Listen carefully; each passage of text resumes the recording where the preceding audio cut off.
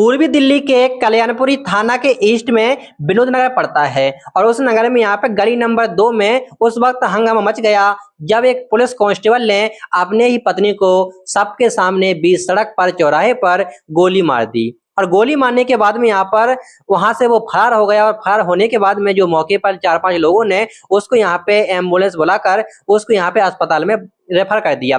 Refer करने के बाद में यहाँ पे उसका इलाज किया गया और इलाज के दौरान यहाँ पे उस महिला कांस्टेबल की पत्नी ने दम तोड़ दी। दम तोड़ने के बाद में जो कुछ हुआ उसके साथ में आप लोग वीडियो को पूरा देखिए। आखिरकार एक पति जो कि कांस्टेबल है और पुलिस में है, उसने अपनी पत्नी को सबके सामने गोली क्यों मारी बताएंगे आपको इस वीडियो में। आगे आप लोग वीडियो को पूरा देखिए और के क्राइम स्टोरी को सब्सक्राइब भी कर लीजिए।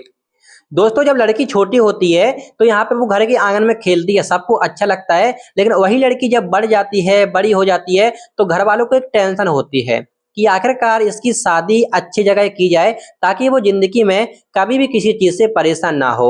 हर किसी का सपना होता है कि मेरी बेटी को कभी भी कोई दुख ना हो, तो वो अपनी लड़की को यहाँ पे नौकरी वाला लड़का ढूंढता है। भाई किस्मत से इसकी लड़की की किस्मत बढ़िया थी कि यहाँ पे जो कांस्टेबल पति उसको मिल जाता है।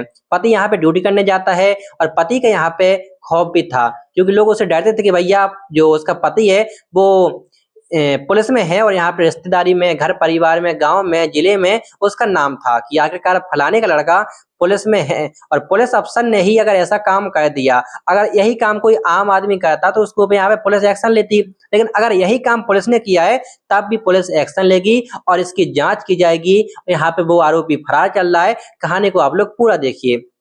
दोस्तों, यहाँ पे महिला का मायका यूपी दादरी में होता है और यूपी दादरी की रहने वाली लड़की, उसकी शादी यहाँ पे कांस्टेबल पति से की जाती है जो कि यहाँ पे एटीएस पद पर मौजूद था, यानी कि एंटी ऑटो थेफ्ट स्क्वाड के पद पर तैनात था। घर में सब ठीक ठाक चल रहा था।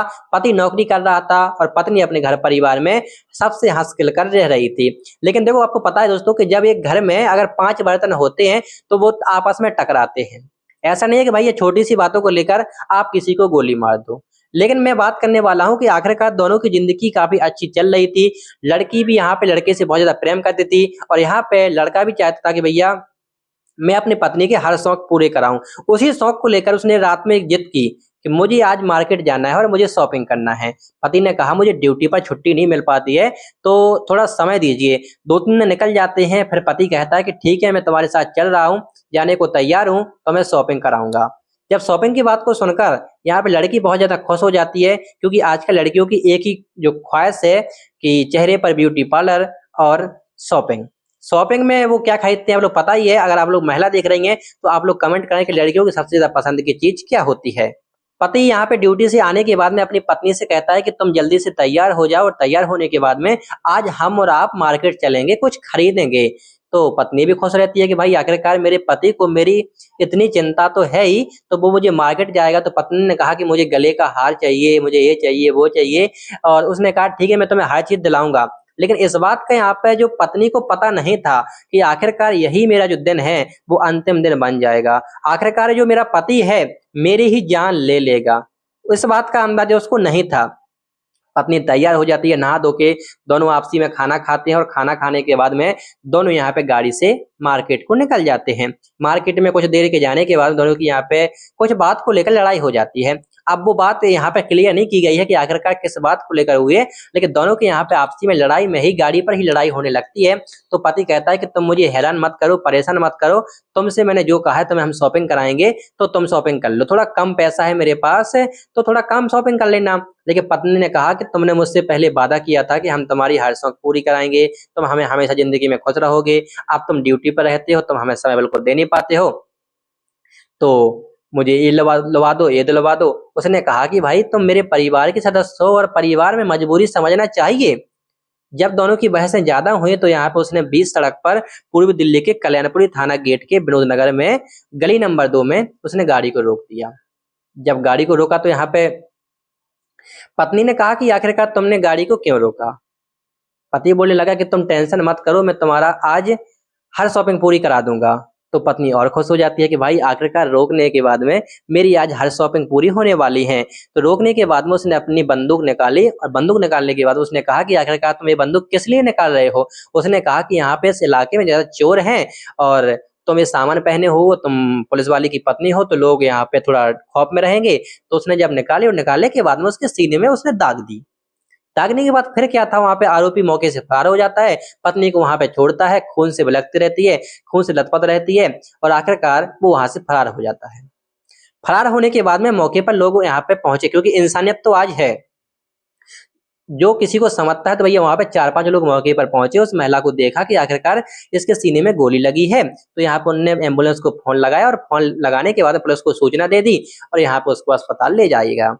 और अस्पताल ले जाने के बाद में यहाँ पे उसको इलाज किया गया, इलाज जारी रहा और यहाँ पर जो पत्नी ने दम तोड़ दी। दम तोड़ने के बाद में उस वक्त यहाँ पे हड़कंप मच गया कि उस गली में, नंबर 2 वाली गली में, यहाँ पे पुलिस वाले ने ही अपनी पत्नी को गोली मारी और गोली मारने के बाद में वो वहां से फरार हो गया। आखिरकार वजह क्या थी? जब अस्पताल में उसने दम तोड़ा तो यहाँ पे पुलिस पहुंची, पुलिस ने यहाँ पे शव को कब्जे में लिया और पोस्टमार्टम के लिए भेज दिया।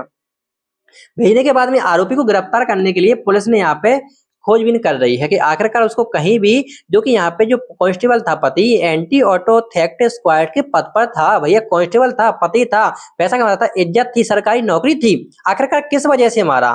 कोई प्रेम प्रसंग था? अभी तो ये पुष्टि नहीं हो पाई है। आखिरकार पुलिस उसकी खोजबीन कर रही है। आखिरकार बहुत से जल्द इसकी यहाँ पे परिवार वालों की, लड़की के परिवार वालों से पूछा तो उन्होंने कहा कि इससे पहले तो कोई ऐसी बातें नहीं हुई हैं।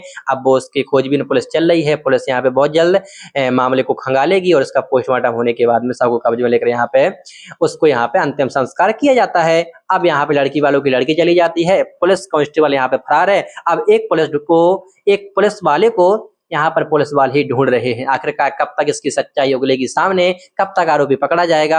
आप लोग कमेंट करें। आप लोग किसी पर विश्वास ना करें। आजकल के जमाने में ना क्राइम की खबरें बहुत तेजी से फैल रही हैं। तो ये थी हमारी वीडियो को लाइक, कमेंट, शेयर, सब्सक्राइब कीजिए। मिलते हैं एक नई क्राइम कहानी के साथ में। मैं आपका दोस्त के और आप देख रहे थे के क्राइम स्टोरी। धन्यवाद।